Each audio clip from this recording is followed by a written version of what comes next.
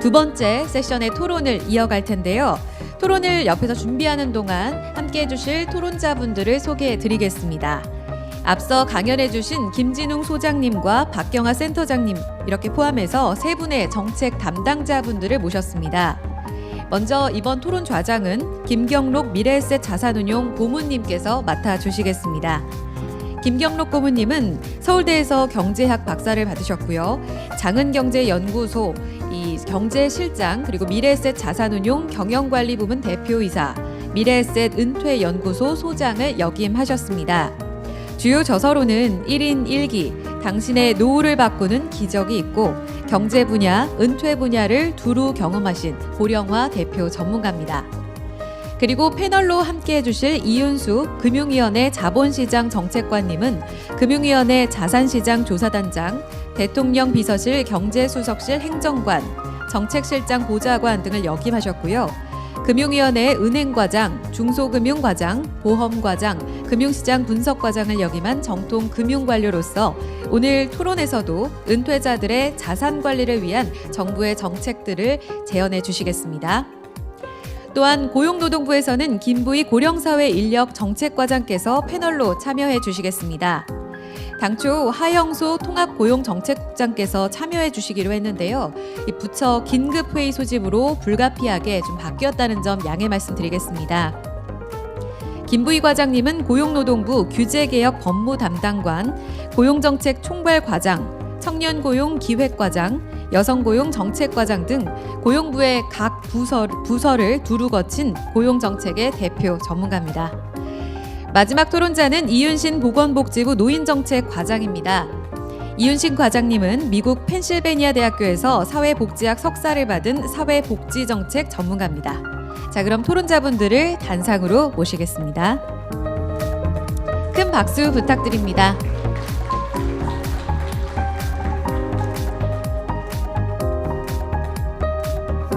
준비가 되시면 토론을 시작할 텐데요. 저는 김경록 고문님께 마이크를 넘기겠습니다.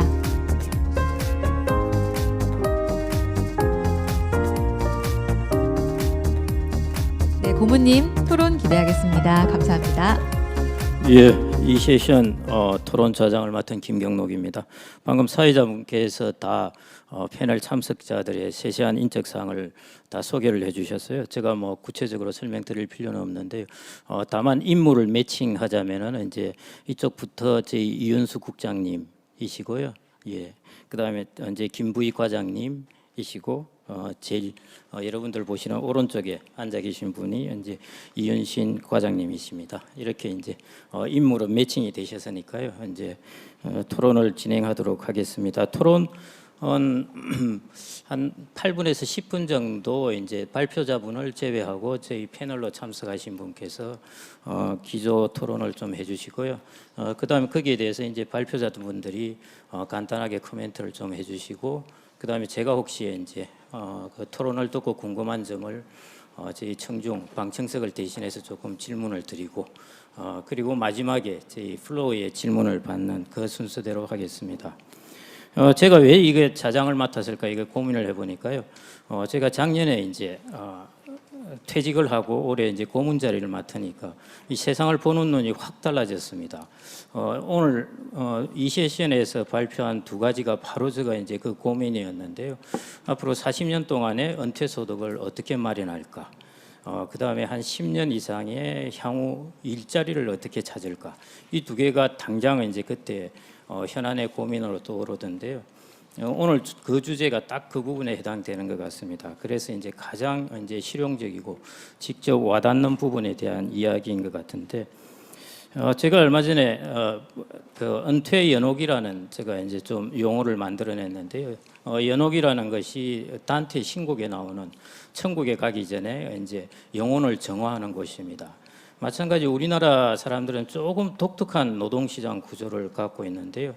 은퇴를 하고 편안하게 은퇴 생활을 보내는 게 아니라 은퇴를 하고 나서 주된 직장에서 퇴직을 하고 나서 적어도 10년에서 15년 기간을 재취업 시장에서 열심히 일을 하다가 그 다음에 이제 은퇴를 하게 됩니다. 그래서 이게 저는 마치 마지막 은퇴를 위한 은퇴 연옥 시장 같은 그래서 은퇴 연옥이라고 제가 이름을 붙였는데요. 그 주된 이유가 우리나라는 늦게 취업 시장에 들어가죠. 그다음에 일찍 주된 일자리 시장에서 나오죠. 자녀의 지출 부담은 계속되죠. 하니까 우리나라는 주된 시장에서 나오더라도 앞으로 10년, 15년을 그 노동 시장에서 있을 수밖에 없는 그런 독특한 상황을 갖고 있는 것 같습니다. 거기에다가 이제 축적된 자산은 아무래도 근로기간이 짧으니까 축적된 자산은 적을 수밖에 없고요. 그런 이제 독특한 구조를 갖고 있는 게 우리나라인 것 같은데요. 그래서 저는 이제 최고의 복지는 노동시장의 여건에 있다 이런 신념을 갖고 있는데요. 예를 들어 젊은 사람들 같은 경우는 맞벌이 여건이 좋다든지 정년이 오래도록 좀 늦다든지 이런 것들이 이제 어떻게 보면은 최고의 복지가 될 수 있겠는데요. 그래서 이제 그 부분에 대해서 결국 오늘은 두 부분입니다. 자본시장이라는 곳에서 우리가 어떻게 우리의 축적된 자산을 잘 운용을 할 수 있을까 부분하고 그 다음에 노동시장에서 우리가 어떻게 일자리를 통해서 근로소득을 얻을 수 있을까 이 두 부분으로 이제 각각 정책 당국자께서 나오셨는데요. 제가 저희 이윤수 국장님부터 이렇게 기조 토론을 좀 해주시면 감사하겠습니다. 네, 금융위원회 이윤수 국장입니다. 오늘 두 분 발표 잘 들었고요. 저희도 자본시장 쪽을 제도를 맡고 있지만 사실 이 사적연금이나 이쪽 부분은 세제실이 굉장히 중요한 역할을 하고 있다는 말씀 먼저 드리고요. 우리가 그동안 은퇴 자산 얘기를 할 때는 주로 저금리 시대의 어떤 연금의 중요성 이런 얘기를 많이 했었는데 요즘에는 뭐 이 글로벌 인플레이션 오면서 갑자기 이제 고금리 고환율 이런 그런 매크로 거시 환경이 많이 바뀌긴 했지만 그래도 이런 연금 자산의 활용 관련해서는 자본시장의 역할이 여전히 유효하지 않나 이런 삼고 시대가 뭐 그렇게 계속 갈 것 같지는 않으니까요. 또 어느 순간에는 또 균형을 찾아갈 테니까 그런 개인의 노후 자산 관리 관련된 정책은 여전히 계속 중요하다 이렇게 생각이 들고 저희도 그 정책 관련해서는 김경로 고문께서도 말씀하셨지만 제일 중요한 게 이제 연금 자산을 어떻게 활용할 것인가라는 부분이 있을 거고요. 두 번째로는 그런 금융 자산 말고도 우리 비금융 자산이라고 하는 뭐 그런 주택이나 이런 부분에 어떻게 유동성을 좀 유동화를 시켜가지고 활용도를 제고할 것인가 이런 부분이 있고요. 또 제 세 번째로 말씀드리고 싶은 부분은 이게 어떤 종합재산 관리 이런 부분도 금융위에서는 좀 고민하고 있다라는 말씀을 드리고 싶습니다. 첫 번째로 연금자산 관련해서는 뭐 우리가 그런 공적연금인 국민연금을 밑에 깔고 그다음에 퇴직연금, 개인연금 이렇게 3층 구조로 있다고 하면 이제 국민연금이야 이제 복지부에서 제도를 설계하고 MPS에서 하는 부분이긴 하고 또 퇴직연금은 기본적으로 고용노동부에서 제도를 전체적으로 관장을 하고 저희는 그런 퇴직연금의 운용 이런 쪽 주로 감독하고 제도를 하는 부분이 있고요. 그다음에 개인연금 관련해서는 개인연금들이 납입한 부분이 있고 운용하는 부분이 있고 그다음에 수령하는 요 세 가지 단계가 있을 텐데 납입이나 수령 쪽은 주로 이제 세제 혜택을 얼마나 줄 거냐라는 이슈가 될 거고 저희는 주로 운용 쪽 파트에서 제도를 어떻게 하고 운영하는 사람들이 어떻게 잘 운영할 수 있도록 여러 가지 상품을 지원을 하면서도 리스크를 또 어느 정도 적절히 제어를 할 것이냐 이런 고민을 하고 있습니다. 연금자산 축적 관련해서 먼저 말씀을 좀 드리면 일단 납입하는 부분에 있어서는 지금 세액공제가 한도가 있는데 그게 점점 늘고 있죠. 2014년까지는 400만 원에서 2015년부터는 700만 원 됐다가 내년부터는 이제 그 세액공제 한도가 900만 원으로 확대가 되는 것으로 알고 있는데 이런 부분들도 이런 사적연금이 그런 세제적격 연금저축 이런 부분들이 활용도가 사실 많아져야지 이게 세제실에서도 한도를 팍팍 늘려줄 텐데 이게 한도를 늘려야 된다라는 얘기만 있지 사실상 이게 뭐 그 정도까지 많은 국민들께서 그걸 꽉꽉 채워주면은 오히려 세제실에서 움직이기가 좋을 텐데 사실은 또 그렇지도 않아요. 그래서 조금 더 이런 부분들은 사실 금융회사에서도 고객들한테 그런 안내나 이런 거 잘해서 이런 부분에 있어서의 정부의 세제 부분을 충분히 활용할 수 있도록 하는 게 좋지 않나. 그래야지 나중에 또 뭐 이 부분에 있어서의 납입 부분에 있어서의 세액공제가 추가 확대되는 부분을 논의할 수 있지 않나 생각이 듭니다. 이게 그 다른 이미 선진국이라고 하는 나라들 보면 대부분 이러한 사적연금의 세액공제가 우리나라보다 상당히 높은 측면이 있거든요. 그래서 우리도 그런 부분이 되려면 실제로 상황이 그렇게 전개가 돼야지 세제 혜택도 따라갈 수 있다라는 그런 부분을 말씀드리고요. 두 번째로 운용 관련해서는 지금 퇴직연금 관련돼서는 이제 작년에 큰 변화가 있었습니다. 그 디폴트 옵션이 도입이 됐고요. 이제 금년 내년부터 이제 본격적으로 될 텐데 이 과정에서 금융위에서는 퇴직연금 운영 규제를 조금 더 전향적이고 완화할 수 있지 않나라는 차원에서 그 퇴직연금 운영할 때 편입 가능한 상품을 더 확대하는 부분들을 적극적으로 고려하고 있고요. 그래서 금년 중에는 그런 부분에 있어서 어떻게 이거를 좀 더 늘려 나갈지는 발표를 할 수 있을 것으로 생각이 듭니다. 그리고 개인연금 관련해 가지고 최근에 한 이슈가 두 가지 정도 있었습니다. 이게 개인연금 그 연금저축 펀드 가입자가 직접 투자 결정을 하지 않고 일임업자한테 일임하는 그런 일임 자문형 개인연금도 있는데 이것도 마찬가지로 직접 투자 결정을 하는 거와 마찬가지로 세제 혜택을 줘야 되냐라는 이슈가 있었는데 이런 부분들은 기재부하고 금융이랑 유권 해석을 조만간 해서 가능한 쪽으로 조만간 하게 될 거고요. 또 리츠가 아까 뭐 리츠 얘기도 오늘 저 발표자께서도 많이 하셨는데 그렇게 리츠를 활용하게 되면 배당금 수익을 안정적으로 확보를 할 수 있는 장점이 있거든요. 근데 개인연금의 그 공모리츠 편입이 가능하냐라는 부분도 좀 논란이 있었는데 이 부분도 공모리츠 편입을 허용하는 쪽으로 유권 해석을 조만간 갈 예정입니다. 그리고 또 상품 다양화 측면에서 연금에 적합한 상품들을 많이 그런 자산운용사에서도 좀 고민들을 하고 있고 최근에는 그 만기 있는 채권형 ETF도 할 수 있도록 돼 있기 제도가 개선이 돼가지고 조금 더 안정적인 수익을 그리고 또 환금성을 보장할 수 있는 그런 상품들이 많이 시장에 나와서 노후 자금을 안전하게 좀 지키면서도 좀 더 운용을 통해서 적정 수준의 수익률 확보가 가능하지 않을까 이런 생각을 하고 있습니다.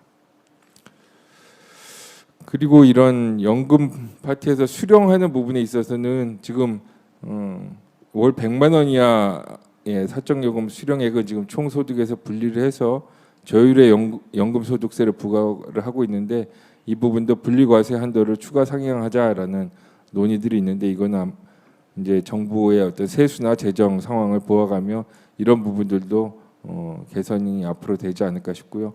그렇게 되면 앞에 말씀드린 것처럼 납입하는 부분, 운용하는 부분, 수령하는 부분 전반적으로 연금자산 축적을 지원할 수 있도록 정부에서도 노력을 해 나갈 예정입니다. 그리고 오늘 발표 자료도 있죠. 이게 부동산 편중 자산 배분을 할 때 이제 부동산 우리가 많이 한다라고 하는데 이게 우리가 저는 곰곰이 생각해 보면 우리가 이게 부동산을 사랑해서가 아니라 아직은 우리가 자산의 축적의 정도가 많지 않기 때문에 기본적으로 사람들이 부동산이 뭐 다른 무슨 상업용 부동산이 아니고 대부분은 주택이잖아요. 그래서 주택을 갖고 싶은 욕망이 우선이기 때문에 그쪽에 이제 부동산 자산이 들어가는 거고 근데 그런 주택이 워낙 좀 비싸다 보니까 어쩔 수 없이 이게 결과적으로 자산 비중이 금융자산이 이제 낮게 된 거 아닌가. 우리가 부동산을 사랑해서라기보다는 부동산 가격이 그런 주택 가격이 높기 때문에 하는 부분인가 아닌가도 싶고요. 그래서 이런 주택 관련된 부분도 조금 더 유동화를 할 수 있도록 하는 부분이 우리 주택연금이 있거든요. 그래서 주택연금 부분도 조금 더 이런 부분들을 가입을 좀 넓히게 되면 그런 고령화 시대에 조금 더 그런 소득 흐름을 좋게 가져갈 수 있기 때문에 우리도 공시가 이게 국정과제에 들어가 있는 내용인데 공시가 기준을 지금 9억 원에서 12억 원으로 한다든지 또 공시가 9억 원이 넘는 주택에 대해서는 9억 원 한도로 가입을 허용한다든지 하는 주택연금 제도를 조금 더 넓히는 거를 생각을 하고 있고요. 그리고 이게 신탁하고도 연관이 돼 있는 건데 지금은 본인이 소유한 주택만 이게 주택연금 가입이 가능하지만 신탁된 주택도 가입할 수 있도록 허용을 하면 어떤 신탁을 하면서도 이런 소득을 가져갈 수 있지 않나라는 생각을 하고 있습니다. 그리고 마지막으로는 저희도 지금 신탁제도 개선을 열심히 좀 하고 있는데요. 신탁업이라는 게 어떤 고령화 시대 그런 노후 자산을 잘 관리할 수 있는 그런 종합 재산 관리 비클로서 유용한 부분인데 그동안 통합자본시장법 되고 나서 많이 정비를 못해서 금년에 지금 열심히 노력을 해서 아마 10월 달중에는 발표를 할 수 있을 것 같은데 신탁 가능 재산을 좀 더 확대를 하고 또 로펌이나 병원 같은 그런 전문 기관도 좀 참여 확대를 시켜서 금융회사랑 같이 그런 협업을 할 수 있도록 하고요. 또 뭐 후견 신탁이나 장애인 신탁을 좀 더 활성화할 수 있는 방법은 없나 이런 부분들 등등해서 신탁업 제도 개선에 열심히 노력을 하고 있다라는 말씀을 드리겠습니다. 마지막으로 김지동 소장님 제언하신 부분에 있어서 뭐 제가 세제 전문가는 아니지만 이게 비과세 종합저축 그 일몰 연장이나 가입 한도 확대 이런 부분들 또 제가 알기로는 세제실 세법 개정안에 이런 가입 기한은 2025년 12월 말까지 3년 연장하겠다라고 정부도 밝힌 바 있고요. 다만 그런 가입 한도 상향에 대해서는 여러 가지 계층 간 형평성이나 이런 걸 고려해가지고 세제실에서 합리적으로 판단할 것이라고 생각이 들고요. 고령자 ASA 같은 경우에도 굉장히 좀 좋은 제안이신데 사실 뜯어놓고 보면 그 내용이 비과세 종합저축과 좀 유사한 측면이 있기 때문에 만약에 이거를 반영을 한다면 비과세 종합저축 제도를 거기다 보완하는 그런 식으로 논의를 할 수 있지 않을까 생각하고 있습니다. 이상입니다. 예, 감사합니다. 예. 그 종합적 자산 관리, 그 연금 자산뿐만 아니라 주택연금의 중요성은 앞으로도 이제 계속 확대될 텐데요. 그 부분도 이제 전향적으로 보고 계시다고 말씀을 주셨고, 특히 앞으로 리츠 같은 경우에 이제 되게 중요한데 지금 IRP나 퇴직연금에는 가능한데 이제 개인연금은 되지가 않으니까요. 그 부분을 이제 거의 뭐 허용해서 이제 시스템이 되면은 그런 부분도 이제 가능하게 될 것이다. 퇴직연금 운용 부분의 규제 완화도 이제 이루어 나갈 것이다.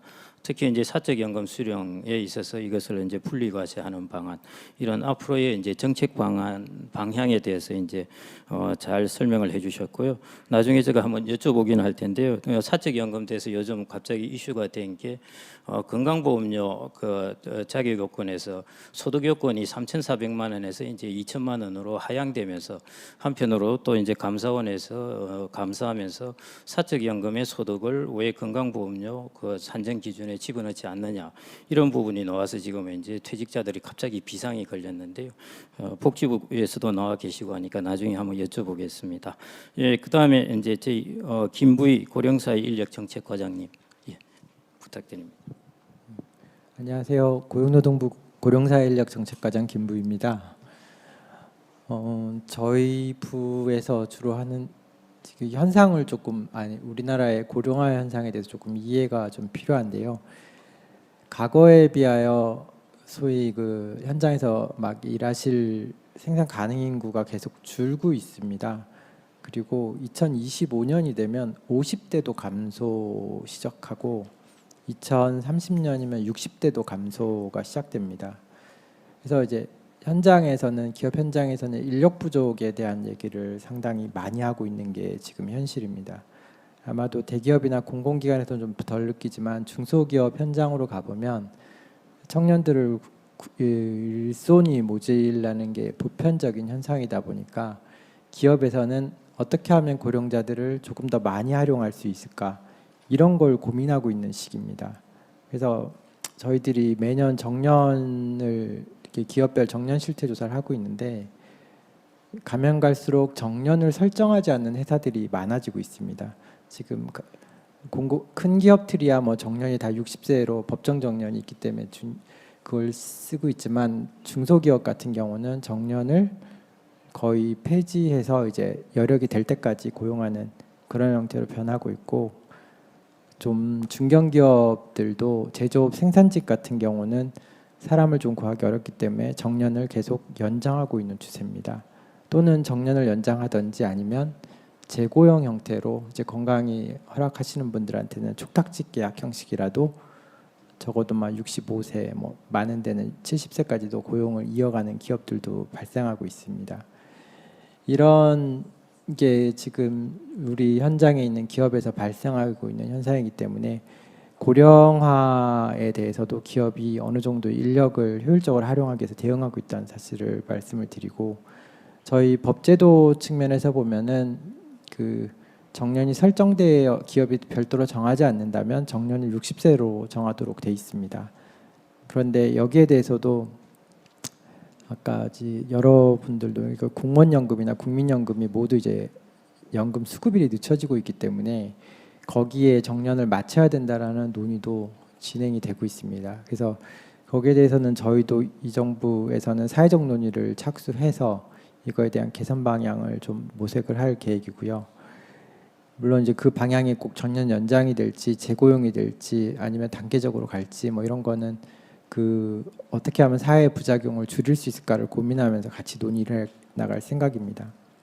해외 선진국들도 보면 대부분이 연금 수급일에 정년을 맞추는 기업이 사회가 대부분이기 때문에 저희도 거기에 좀 맞춰가야 되지 않을까라는 생각은 하지만 그 방식에 대해서는 나라별로 전부 다릅니다. 그래서 저희 나라에 맞는 사정을 찾아야 될 것 같고요.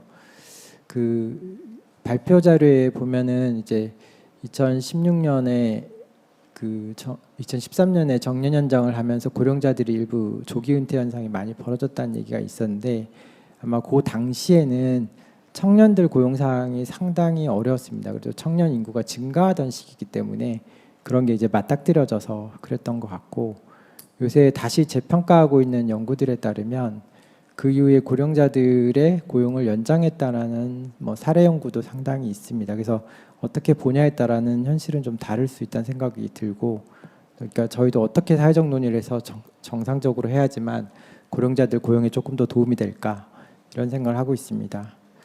그리고 두 번째 말씀을 드리고 싶은 건 지금 현재 현상들이 이제 뭐 공공기관이나 대기업체 같은 경우는 은퇴 이후의 삶에 대해서도 꾸준히 뭐 은퇴자들이 일을 찾고 있는 것 같습니다. 저희 그 고용센터에도 고령자 비중이 계속 높아지고 있고, 중장년 일자리 희망센터에도 은퇴자들이 계속 늘고 있습니다.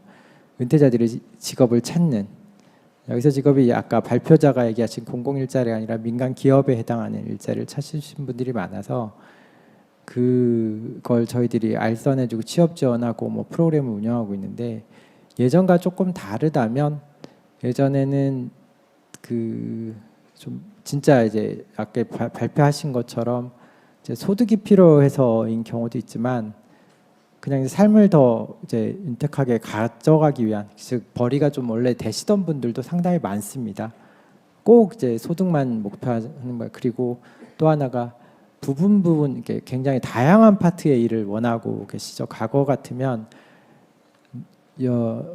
고령자들이 주로 가는 게 뭐 청소, 경비, 용역 뭐 이것만 상정하셨다면 이제는 전문 영역도 가고 서비스직, 제조업, 생산직 못하는 일이 없다고 보시는 게 맞을 것 같습니다. 그리고 또 하나 현상이 많이 바뀐 것은 여성인데요. 저희 지금 고령자 고용률이 아마 계속 오르고 있거든요. 근데 그 오르는 걸 주도하는 것은 여성입니다. 여성 고령자들의 경제활동 참가가 굉장히 높아졌습니다.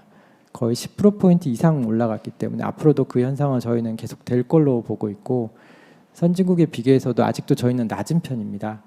그래서 조금 더 증가할 걸로 보고 있습니다. 그래서 정부는 아까 정년에 관련된 사회적 논의도 하지만 은퇴자들에 대한 재취업을 지원하는 정책도 굉장히 강화할 생각입니다. 내년도 예산에서도 이 은퇴자, 그러니까 그 고령자들이 민간 기업에 취업하는 지원금들은 저희 부만 해도 300% 가까이 증액을 시켰습니다. 그만큼 민간의 참여율이 높아지기 때문에 그 현상을 보이고요. 그래서 아까 노인 일자리 쪽에서 설명을 하셨지만 이게 민간으로 가시는 분들은 민간으로 가시는 거고 민간으로 가실 영역이 안 되시는 분들도 있습니다. 그분들에 대해서는 노인 일자리 쪽에서 공공 일자리에서도 또 계속 해줘야 되는 영역이 있습니다. 이게 중복이라기보다는 경제활동 참가하시는 분들이 워낙 다양하고 소득 수준도 다양하기 때문에 거기에 맞추어서 정부에서는 준비를 해야 된다고 저는 생각을 합니다. 그래서 민간 시장에서 일하실 분들은 민간 시장에 일할 수 있는 여건을 만들어주는 거와 민간 시장에서 일할 수 없는 연령대나 아니면 건강 여건이나 이런 분들에 대해서는 공공영역에서 또 만들어주는 것도 하나의 필요성이라고 보고 있습니다. 이게 있고 그리고 마지막으로 저희들이 또 하나 강화시켜 나가고 있는 파트는 선진국들은 주로 이제 정년을 법제화하기보다는 연령 차별이라는 제도를 통해서 이거를 규제를 해나갑니다. 즉 그 건강과 능력에 문제가 없으면 고령자라고 그래서 차별하면 안 된다. 그래서 해고도 안 되고 임금도 차등하면 안 되고 이런 것들이 굉장히 법제화가 많이 돼 있습니다. 근데 저희 나라 같은 경우는 법은 돼 있는데 잘 실천이 안 되고 있었는데 얼마 전 임금 피크제 관련 대법원 판결을 계기로 실제적 사회적 수요가 연령차별에 대한 생각이 좀 많이 바뀌고 있는 중입니다. 그래서 저희도 연령차별에 대한 생각 좀 기반 조성을 통해서 사회에서 능력 있는 고령자라면 언제든지 일을 할 수 있고 사회에 참여할 수 있는 기반을 만드는 거에 조금 더 집중해 나가고자 합니다. 이런 내용들을 기초로 해서 저희 부에서는 한두 달 내에는 이제 전체적인 고령자 관련 정책을 발표할 계획에 있습니다. 이상입니다. 예, 감사합니다. 전 고용노동부에서 앞으로 고령사회 인력 정책과 이게 정말 중요해질 것 같은데요. 과장님이 사실은 답답한 마음을 많이 풀어주셔서 제가 마음도 좀 시원해졌는데요. 이 고령 시장이 사실은 지금 70대를 분석하는 것하고 지금 베이비 부모가 들어오는 것하고 시장이 너무 다르기 때문에요. 과장님은 이제 지금 변화하는 시장을 잘 설명을 해주신 것 같습니다. 그래서 실질적으로 공공 근로 시장이 아닌 민간의 재취업 영역이 계속 커지고 있기 때문에 이 부분에 대해서 이제 우리가 지금 이전에는 고령자에 대해서 복지 차원으로 일자리가 접근했는데 이제 국가의 부가가치 차원으로 접근을 한다는 것 이게 이제 아주 큰 변화인 것 같고요. 그래서 이제 은퇴자들의 재취업을 오히려 강화하고 특히 이제 고령자 차별 금지법 이런 부분은 되게 중요한 부분인 것 같습니다. 그래서 저는 저희 고용노동부에서 드디어 이제 이런 60대, 70대도 해당될 수도 있겠는데요. 이쪽에 관련된 이제 노동시장을 그 이전에 연령대 노동시장과 마찬가지로 물론 훨씬 다른 노동시장입니다. 이런 부분에 이제 좀 적극적으로 관여하기 시작하셨고 또 이제 그 전체 플랜을 곧 발표하신다고 그러니까요. 이 부분이 저희 퇴직을 하신 분들이나 이런 분들이 앞으로 좋은 지도를 갖고 재취업을 할 수 있는 그런 기회가 될 수 있을 것 같습니다. 아주 감사드리고요. 나중에 혹시 시간이 되면은 고령자들의 최저임금 여부를 제가 한번 여쭤보겠습니다. 예. 그리고 이제 마지막으로 저희 보건복지부에서 나오셨는데요. 노인정책과의 과장님이신 이윤신 과장님 부탁드립니다. 네, 저는 이제 은퇴 이후의 삶이 왜 더 중요한지 그리고 이제 저희 보건복지부가 현재 노인복지 정책과 관련해서 어떤 고민을 또 왜 하게 됐는지 약간 그 여건과 상황 위주로 조금 배경을 말씀을 먼저 드리고자 합니다. 뭐 이 자리 참석하신 여러분들께서 너무 잘 아시는 것처럼 지금 저출산이 장기화되고 있고 고령화는 급속하게 진행이 되고 있습니다. 그래서 저희가 예상하기로는 2024년이면 노인 인구가 1,000만이 넘고 이제 2025년이면 전체 인구의 20%를 초과하는 초고령 사회에 이제 우리나라가 진입할 것으로 예상을 하고 있습니다.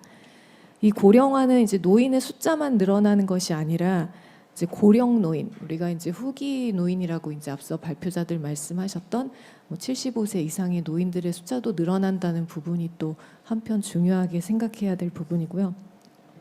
그다음 두 번째로 저희가 좀 주목하고 있는 변화는 바로 노인의 변화입니다. 그래서 이제 앞서 우리 발표자분들께서도 노인 실태 조사의 결과를 많이 인용을 해주셨는데 저희가 3년마다 이제 노인 실태 조사를 하고 있습니다. 그 추이를 보면은 일단 현재 노인분들도 가족에 대한 인식이 굉장히 많이 변화를 해서 자녀와 동거를 희망한다라고 답하시는 어르신들도 많이 감소하고 있고 또 독거 어르신들, 혼자 사시는 어르신들이나 노인 부부가 증가하고 있는 것을 볼 수 있습니다. 그리고 사회적 관계망도 기존에는 부부와 자녀 위주의 관계였다면 이제 뭐 친인척이나 이웃 이렇게 좀 더 확대가 되고 있고 그리고 어르신들이 본인의 건강을 인식하는 정도도 과거에 비해서 건강 상태가 나는 좋다. 그리고 우울감도 과거에 비해서 뭐 적다라고 약간 건강에 대한 인식도 훨씬 좋아지는 것으로 실태조사 결과는 나타나고 있습니다.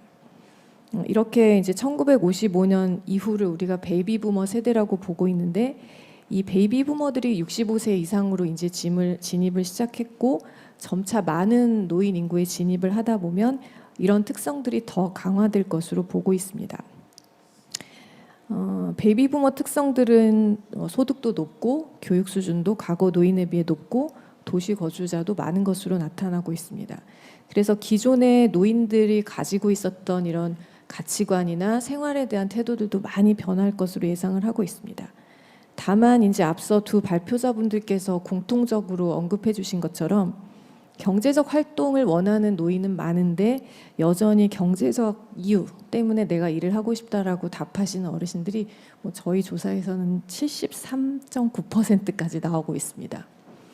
그리고 실제로는 그 노년의 생활에서 가장 중요하다고 생각하는 것의 순위를 말씀하실 때는 여가 문화 생활이 가장 중요하고 그 다음은 경제 활동이다라고 답을 하셨는데 사실 실상은 이제 경제 활동에 좀 더 이제 많은 시간을 보내야 하시는 그런 상황에 여전히 계심을 알 수 있습니다.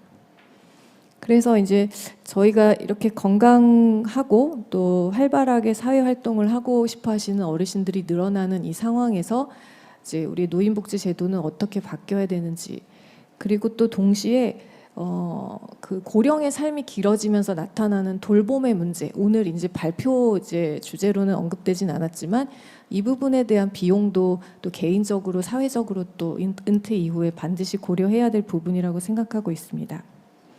그래서 그동안 노인복지 정책은 소득 보장에 대한 부분도 일부 노인 빈곤을 완화하는 데 기여를 했고 돌봄의 체계라든지 일자리의 숫자라든지 치매와 관련된 인프라, 장기 요양 서비스를 만들고 하는 인프라를 만드는 데 이제 초점을 맞추고 양적인 면에서 이제 크게 늘려왔다면 또 일정한 한계가 있는데요. 실제 이제 어르신들이 돌봄의 수요가 이제 급격하게 필요해진 상황이 됐을 때 가족들이 그 돌봄 서비스에 대한 체감도가 좀 많이 낮다는 것.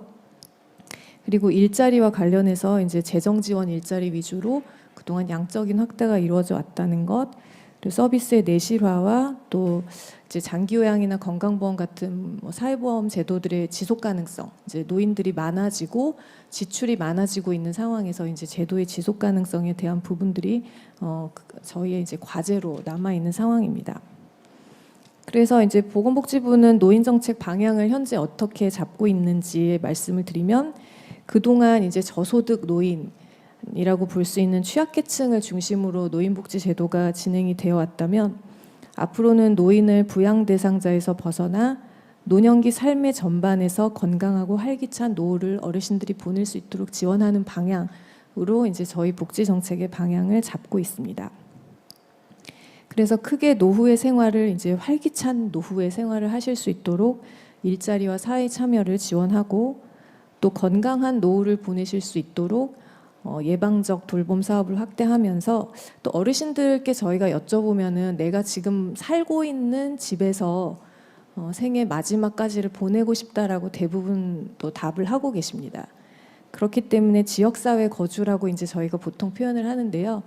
그 살고 계시던 곳에서 노후와 이제 마지막 순간까지를 보내실 수 있도록 지역사회 중심의 돌봄 체계를 만들어 가고자 합니다. 그리고 존엄한 노후를 보내실 수 있도록 이제 인권 보호의 문제라든지 뭐 장래 문화에 관련된 부분들을 개선해 나가는 일을 하고자 합니다.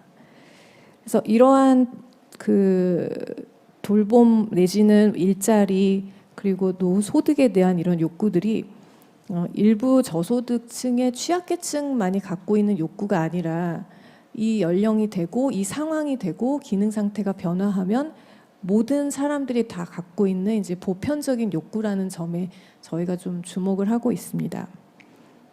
그래서 앞서 말씀드린 대로 좀 예방적 돌봄이라든지 이런 부분을 강화하면서 또 소득은 있는데 또 이런 서비스를 필요로 하고 계시는 분들이 현재 이제 오히려 접근하기 어려운 부분들을 어떻게 이제 확대해 나갈 것인지 이제 그 부분을 고민하면서 이제 좀 제도들을 만들어 나가고자 합니다. 그다음 오늘 발표에서 이제 주로 말씀하셨던 일자리와 관련해서는 그동안 이제 공공형 일자리를 통해서 뭐 소득 보장이라든지 어르신들의 삶에 기여해 온 부분은 있지만 너무 이제 단순한 일자리고 베이비 부머들의 어떤 욕구나 사회 참여 활동들에 대한 부분들을 반영하지 못한다는 부분을 저희도 이제 잘 알고 있습니다.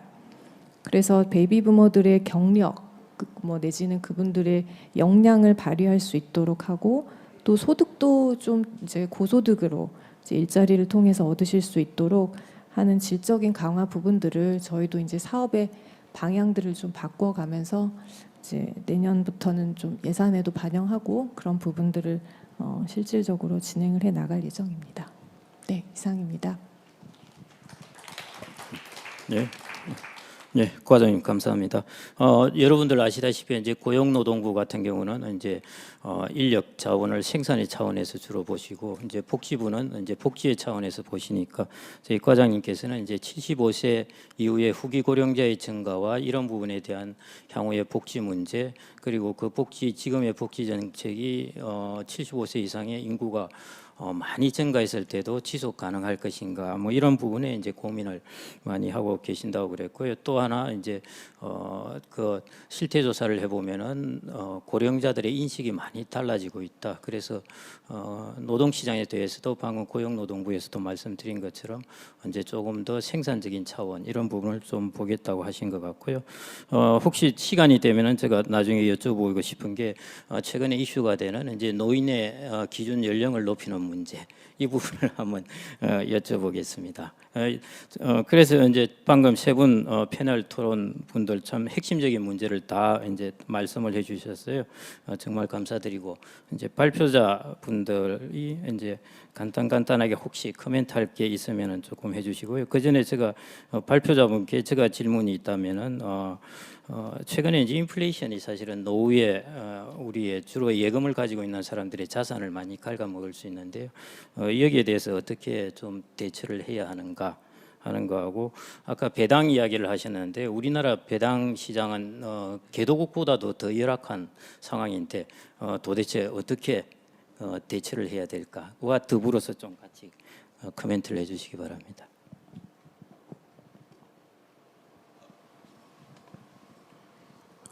네, 말씀드리도록 하겠습니다. 뭐 이제 최근에 인플레이션 문제가 조금 이제 대두가 되고 있는데요. 사실은 뭐 이제 요즘 이제 인플레이션 문제가 대두되기도 했지만 과거에도 인플레이션이 문제된 적은 몇 번이 있었죠. 그래서 결국은 사실은 인플레이션을 이제 쫓아가는 어떤 자산 관리, 이제 보통은 제가 이제 노후 설계를 했을 때 인플레이션, 물가 상승률을 쫓아갈 수 있는 합리적 투자를 가정한다는 전제 하에 노후 투자나 자산 관리가 되어야 된다고 이제 말씀을 많이 드리는데요. 결국은 이 부분은 이제 금리만으로는 분명히 해결될 수는 없을 거고, 이제 그 자본시장의 투자를 통해서 일정 부분 완화를 시킬 수 있다라고 이제 말씀을 드릴 수 있을 것 같습니다. 그리고 이제 배당 수익률 같은 경우에는 물론 이제 평균적으로는 그 우리나라의 어쨌든 주식의 배당 이런 수익률이 낮은 편이긴 하지만 최근에는 그 기업들을 이제 우량 기업들을 중심으로 해서 배당률에 대한 고민들을 많이 하고 계시는 기업들이 이제 늘어가고 있는 상황입니다. 그리고 이제 아까 이제 오전 세션에서 나왔지만은 이제 우리나라의 투자만 활용할 수 있는 게 아니고 이제 해외나 이런 데 배당 실적이 우수한 기업들에도 얼마든지 투자 기회가 열려 있기 때문에 이제 우리나라의 좋은 배당 우량주라든가 이제 글로벌 배당 우량주까지 잘 활용을 하시면 이런 배당 부분에 대한 이제 투자에 대한 보완이 될 수 있지 않을까. 물론 이제 이런 투자라는 건 기본적으로 100% 전제는 아니기 때문에 하지만 그런 변동성을 감내하면서 장기간 투자를 하면 그 변동성을 줄여주는 효과가 있는 것도 또 금융 투자이기 때문에 이 부분에 대한 어떤 선입관이나 이런 거 짧은 기간의 투자를 노후 보고 하신다면은 분명히 오히려 독이 되실 거고요. 금융 투자는 기본적으로 이제 원하는 수익이 날 때까지 장기간 투자를 한다라는 존재 하에 활용을 하시는 게 좋을 것 같습니다. 예, 감사합니다. 그다음에 이제 저희 센터장님 제가 간단하게 아까 그 코멘트 해주신 분들도 있고 지금 노동시장에 아까 보면은 이제 그 상당히 고령자 노동시장이 열악한데요. 그게 노동시장이 열악한 건지 그럼 지금 60대 후반 70대의 노동의 인력의 퀄리티가 떨어져서 열악한 것인지 그래서 새로운 지금 베이비 부모들이 들어오게 되면은 시장이 좀 개선될지 혹시 그 부분하고 아까 질문하신 그 좀 답변 부탁드립니다. 네.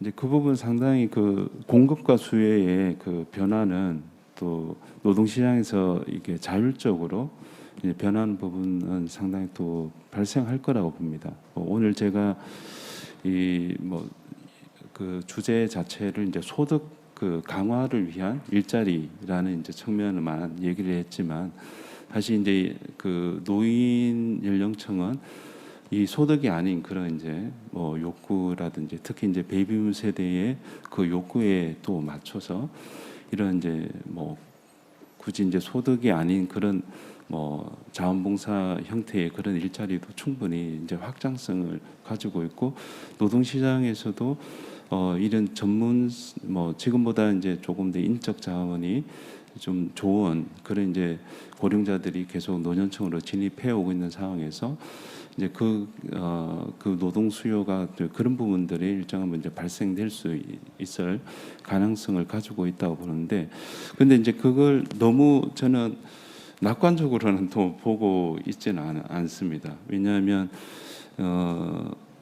아까 말씀드렸던 이제 제가 발제한 그 기조에서는 어쨌든 복지와 노동은 이제 상호 이렇게 작동하는 이 구조에서 어쨌든 소득에 이제 어떤 안정성을 기하지만 이제 뭐 다양한 어떤 일자리들이 만들어 줄 수 있고 그 노동시장의 이제 다양성이 이제 거기에서 발생될 수 있는 중요한 요소인데 우리의 이제 그 소득 구조라는 게 이제 공적연금이나 이런 복지제도가 아직 또 미성숙한 그런 이제 측면들이 있기 때문에 그걸 한 번에 이렇게 고쳐지기는 어렵고 제가 오늘 좀 더 명확하게 좀 확인하고 싶었던 것은 노인 노동의 현실이 지금 이 정도다라는 것을 좀 진단해 보고 싶었거든요. 그런 부분에서 노인 노동 시장은 굉장히 단순 노무 위주, 불안정한 노동 위주로 지금 형성이 돼 있고 이런 부분들이 이제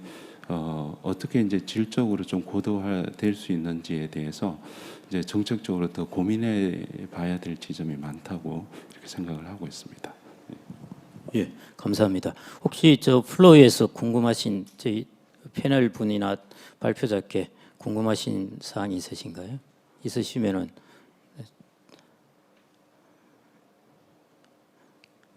일단 생각하시는 동안에 그러면은 제가 이현신 과장님 좀 이제 이슈되는 거라서 어떨지 모르겠습니다만은 이게 노인 기준 연령에 대해서 항상 이야기가 나오는데 혹시 정책 당국자들은 어떻게 생각을 하시는지?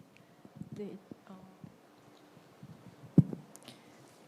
최근에 그 노인 연령에 대한 이제 이슈가 한번 됐던 계기가 이제 KDI에서 지금부터 2100년까지 매년 1년씩 노인 연령 기준을 1년씩 올려서 2100년에 74세로 상향을 73세 이제 다음 날 좀 수정하셨는데 73세로 상향을 하게 되면 노인 부양률이 뭐 96%에서 60%로 떨어진다라는 그 연구 내용을 발표를 하시면서 이제 그 연구 결과가 발표가 되면서 이제 노인 연령 상향에 대한 이제 논의들이 이제 좀 언론에서 진행이 됐었는데요.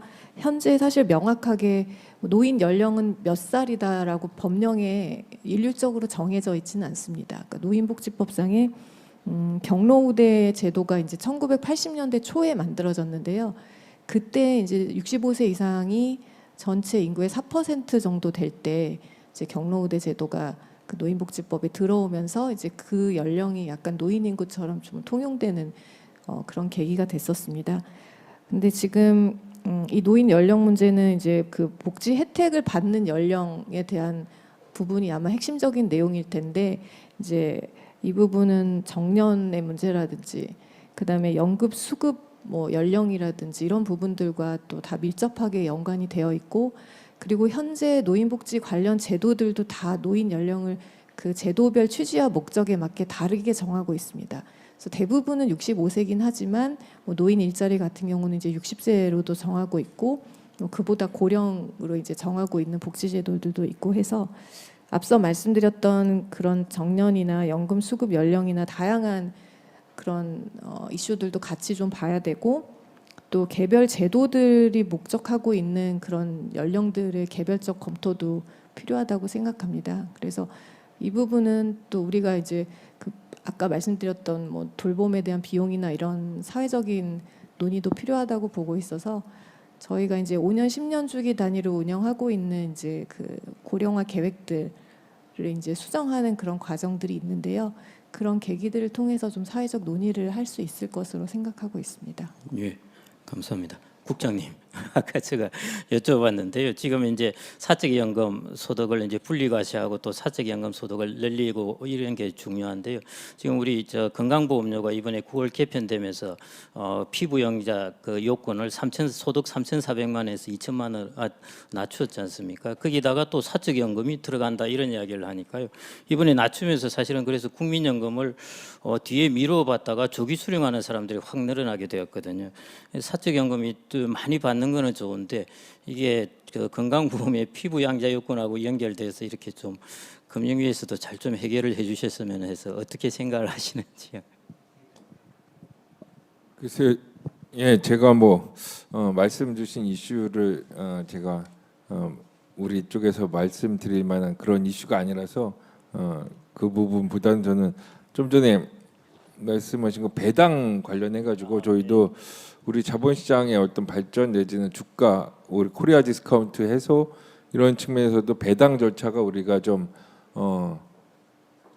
우리나라랑 일본이 좀 다른 나라하고 좀 다른 측면이 있습니다. 지금은 12월 말에 이제 주주명부 폐쇄를 하면서 그게 이제 배당 기준일이 되고 이제 보통 3월 말에 주총할 때 배당 금액이 이제 결정이 되고 수령하고 이렇게 되는데 그렇게 하다 보니까 일단은 주주들은 주주명부 폐쇄 당시에 이제 주주들은 이 회사가 나한테 배당을 얼마를 할지를 사실 알 수 없는 상태에서 배당 그 받을 주주가 확정이 되거든요. 그래서 그러니까 그런 부분들이 글로벌 스탠드에도 안 맞는 측면이 있어서 이 부분이 우리 쭉 상법이나 자본시장법상의 어떤 제도와 관행 부분이 수십 년간에 있었던 부분이라 이거를 조금 더 글로벌 스탠드에 맞게 하면은 배당을 이 회사가 얼마를 하는지를 보고 투자자들이 이제 들어가도록 하면 글로벌 스탠드에 맞고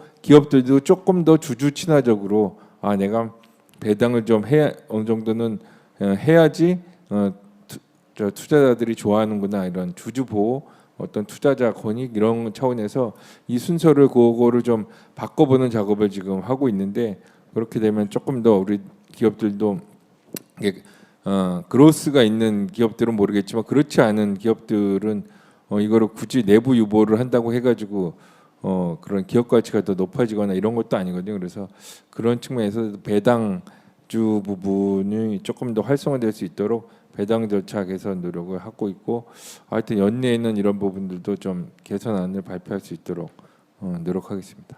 예, 감사합니다. 아주 중요한 부분이신 것 같은데요. 제가 연금정책과에서 나오셨으면 아까 그 부분을 여쭤보려 했는데 그거는 차후로 미루기로 하고요. 오늘 하여튼 이 세션에서 특히 이제 저희 발표자와 정책 당국자께서 이야기하신 부분이 고령자 노동 시장도 이제 많이 변화하고 있다. 여기에서 이제 민간 부분에 고령 인력 시장 이런 부분들이 이제 많이 변화할 것 같고요. 자본 시장도 방금 저희 국장님께서 말씀하신 것처럼 연금뿐만 아니라 자본 시장의 인프라나 이런 부분도 이제 계속 개선해 나갈 것 같습니다. 이런 것들이 결국은 이제 우리 베이비 부모들이 은퇴하는 데 있어서 아주 중요한 인프라가 될 것 같고요. 그래서 오늘 발표하신 두 분 그리고 토론해 주신 세 분 감사드리면서 이번 세션을 마치겠습니다. 예, 감사합니다.